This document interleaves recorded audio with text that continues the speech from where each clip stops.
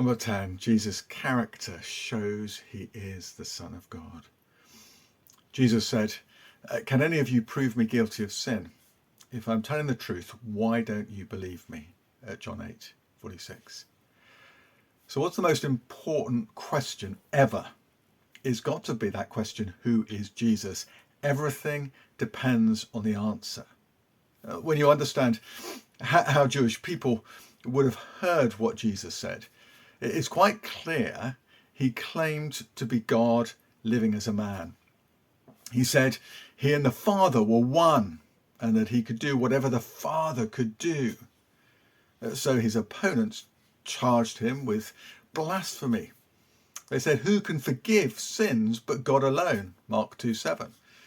And they sought to kill him for, quote, making himself equal with God, John 5:19. So they recognized that as a claim to be God in John 10. Well, we met C.S. Lewis in a previous study. He argued that there are only three possible conclusions that we can have about someone who makes these sort of claims. Either they are a liar, a lunatic, or the Lord they claim to be.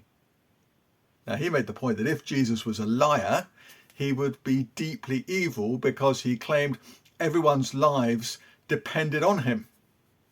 But if that were the case, like all evil people, his life would have been marked out by selfishness, nastiness, deception.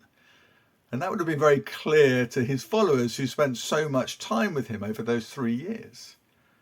But instead, well, they were convinced he was without sin.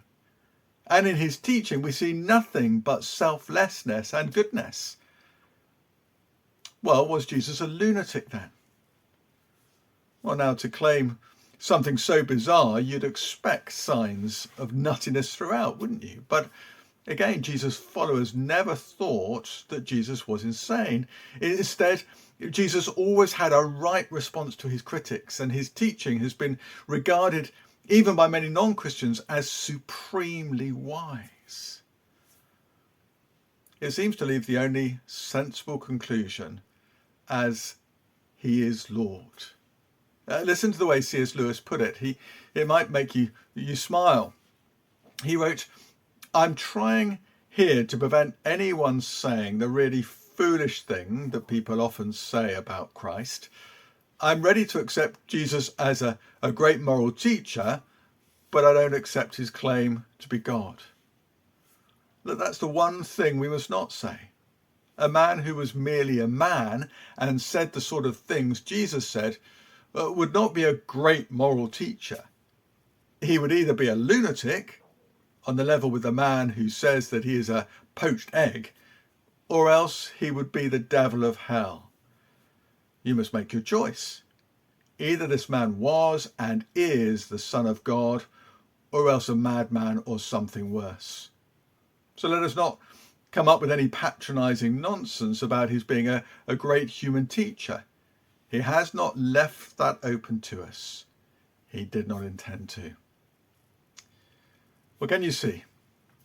Christ's character alone gives weighty evidence as to who he really is, before we even factor in his fulfillment of prophecy, his many miracles, and his resurrection.